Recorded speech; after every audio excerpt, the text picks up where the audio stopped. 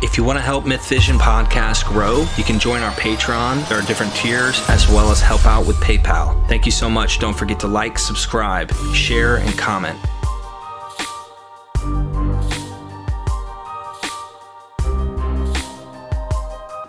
Dr. Price, you are of your, what is it, the father of Satan? Yeah.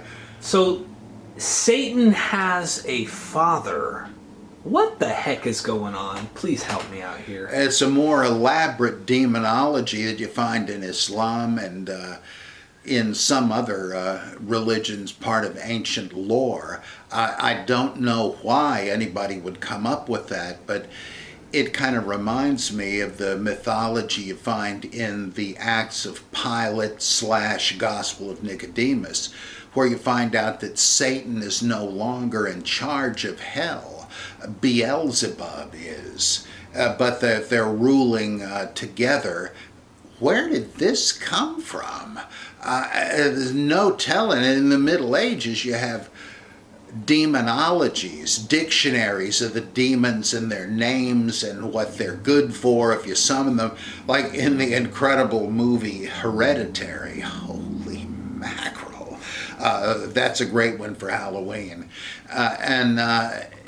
So you never know. It would be great to have a psychological study of why would you have different devils. Or in my, Holy Fable, Volume 2 for the Old Testament, Volume 1 for the Old Testament, I include a couple of books that really aren't in anybody's canon but illustrate certain points, and I consider the Testament of Solomon, which is a demonology. It has Solomon as the great exorcist, and he summons all these weird-looking demons and so forth.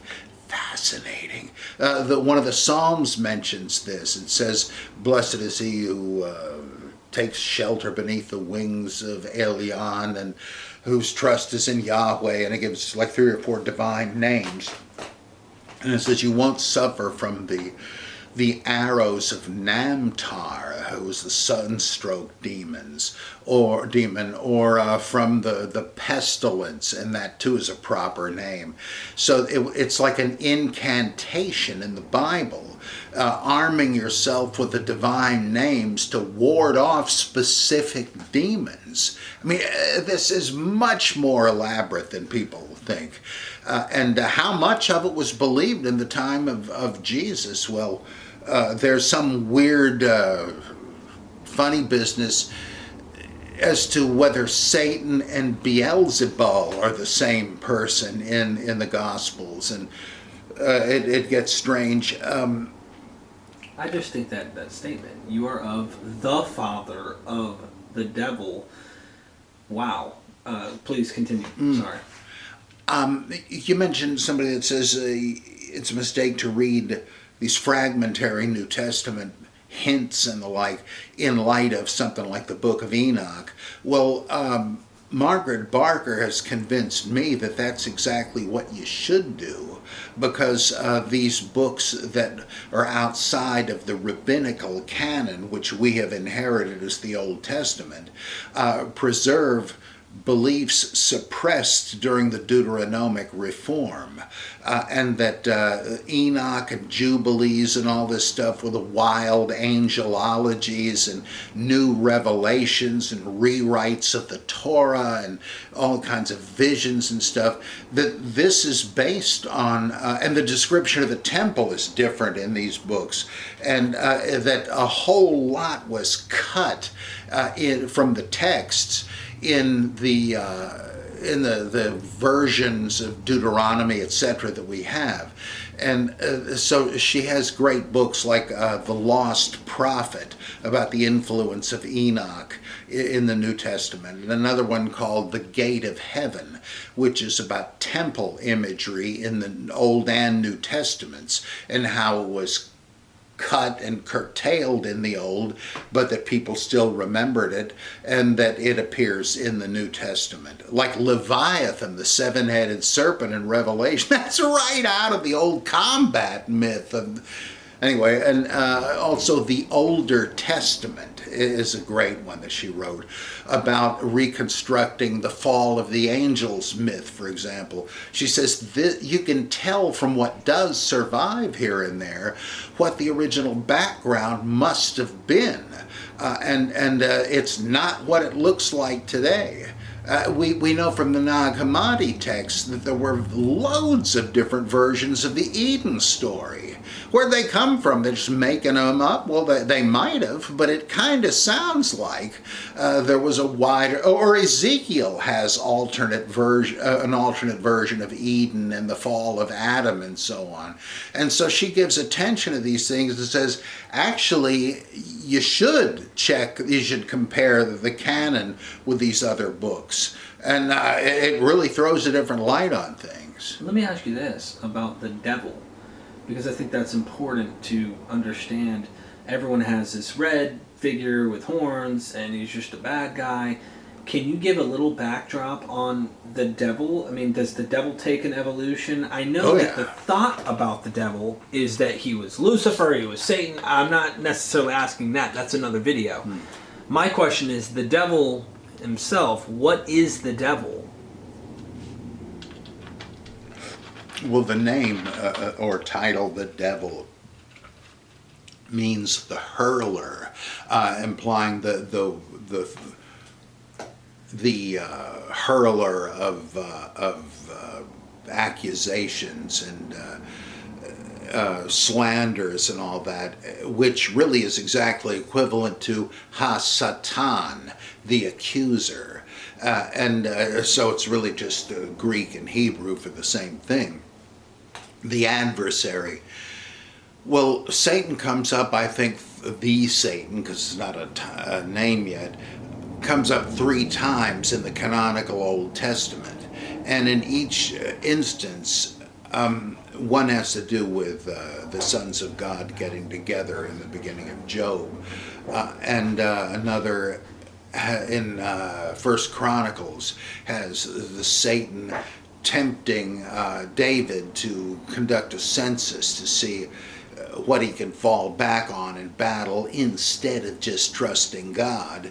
And the third one is in, I think, either Haggai or Zechariah, where there's a candidate for the high priesthood named Joshua who is controversial somehow, and so the Satan appears to accuse him before God, but the angel of Yahweh appears as the defense counselor and says, well, yeah, he's got his problems, but let's purify him and he'll be okay for the job. Well, in all 3, the Satan is not an opponent of God, but a servant of God. He's trying to see if these supposed favorites of God are what they're cracked up to be. Like in Job, God says, have you, because he's been doing his reconnaissance all over the earth. He's a special son of God. The others rule their own little fiefdoms. But the Satan is an intelligence operator, as we would say, and he's checking people out. And he says, oh, well then, have you taken a look at my servant Job? I mean, this guy's unparalleled. He worships me. He's completely righteous, etc., etc. And the Satan says, well, yeah, right. Look at the blessings you bestow on this guy. He'd be a fool not to worship you as long as the fringe benefits keep coming. And if you took that stuff away, he would curse you to your face. And so God says, all right, you're on. Do your worst. We'll see what happens. And then, of course, the first wave of COVID hits him, and he doesn't curse God. His wife, Alice Cramden, says, "Go ahead, curse God and get it over with. Put yourself out of your misery, because God will hit you with a lightning bolt or something." And he says, "No, you speak as the foolish women would speak. Shall we not receive evil, adversity, as well as good from God? It's up to him." Okay, and then it gets so there's another meeting on high, and God says to Job, I guess you've noticed you were wrong. I put Job through every horror I can think of, and he still holds fast his faith. And he says, well, yeah, I can tell you why that is. You didn't actually hurt him. You just took away everything. That's a blow, but if you actually strike him with disease, it's going to be a different story. Okay, go ahead. Now he gets all these boils and stuff, and finally Job is vindicated. But Satan is zealous for God's honor. He doesn't want anybody making a fool of God. Of course, this has no idea of God being an omniscient being. Nobody's thought of that yet. Yeah. Well, I mentioned the thing with Joshua the high priest. This guy's not the one you want. No, he's good enough. Or with David, like Isaiah says, some trust in horses, some in chariots, but we will remember the name of Yahweh our God. And Isaiah says, don't go making alliances with Egypt and Assyria. God ought to do the trick. But he does it anyways. Okay, I wish I hadn't done that, and so on. But in every case, he's trying the hearts of men. Not a bad guy. I mean, even in 2 Samuel, I guess it is, it says that Yahweh tempts David to number the people. And it changes it in the rewrite of Chronicles where it's the Satan, but I will defend the fundamentalists on this score. It's not quite the same, but given the way Satan is mentioned, it's the only difference is it's saying God did this through the agency of his servant, the Satan. And so I don't think he's become evil yet. Now, how does he? Because in the New Testament, he sort of does. We are not ignorant of his devices, etc. But most of the New Testament has the Satan doing the same thing. In fact, we say that he's called Satan in the New Testament, but I'm not sure, since all names have definite articles. It would still be the Satan, so I don't know.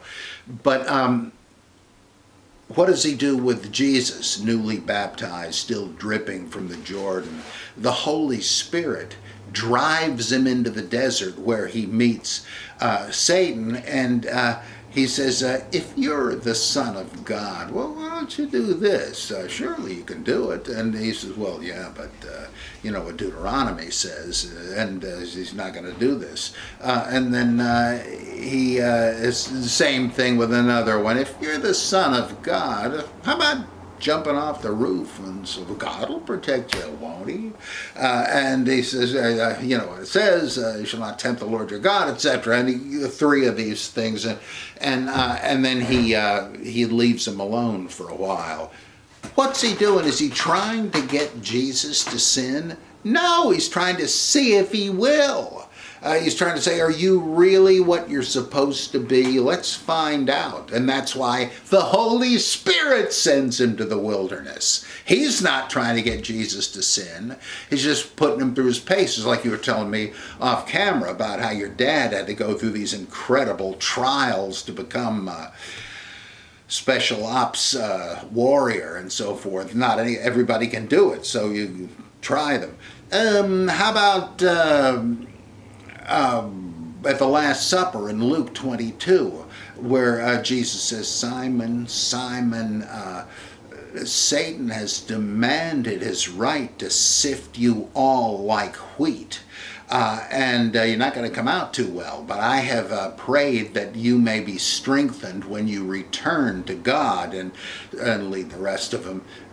Why has he demanded his right? Because that's what he's supposed to do. He's supposed to test these people to see if they're worthy. In the book of Revelation, what do they call Satan? They say the accuser of the brethren has been cast down. That's what he's supposed to do. And they withstand his accusations because they have the courage of martyrdom and the shed blood of Christ and all that stuff, right? So where does the evil Satan come in? Only when he's combined with other ancient evil figures, like he is made into Leviathan in the book of Revelation, the chaos dragon, who originally had nothing to do with the Satan. He is combined with Beelzebul, who was an exorcism god of the Sumerians, and he was the prince of demons, and that's why when Jesus binds him, he can free his captives. He's overpowered him, which is what exorcists did. Jesus was a magician. They weren't ashamed of that in the early days. But the biggie, I think, is Ahriman, the evil anti-god of Zoroastrianism, which became a huge influence on Judaism. And Ahriman was like a device of theodicy. You want to explain the origin of evil without attributing it to God. And in Zoroastrianism, that wasn't a problem. You traded it for another one. You said that God would have stopped evil by now if he could have done it. But he can't do it yet. He's got a real fight on his hands against Ahriman. Now, eventually he'll win, but he can't just do it right now. And so he's not all powerful. Well, I'd rather say that than that he's allowing evil and doesn't give a damn. Well, in Judaism, they said, okay, well, let's make Satan into Ahriman, basically. He's the origin of evil, but it didn't really work because they couldn't allow that there was another God who was as old as Jehovah, but on the other side of the coin. So they said, well, okay, he's the chief fallen angel. And of course that ruins the whole thing, because why did God allow him to fall? Isn't God still responsible for evil? But that seems to have been the point. So when the Satan is melded with Beelzebul, not quite the same as Beelzebub in later demonology, and Leviathan and Ahriman, then he becomes the adversary of God. And in 2nd Enoch, we have a version of his name we don't see before, Sathanael, enemy of Elohim. He's the enemy of God. He wasn't before. And so that's what passes on into Islam, Christianity, and Judaism. Wow. There's a lot there. You know, I'd like to say to all the kids at home, if you love all of this minutiae, which is all so fascinating, get busy. I've studied this stuff for over 40 years pretty intensely. I don't know how old you are at the moment, but I guess maybe it is too late, but it's still worth devoting as much time to reading as you can.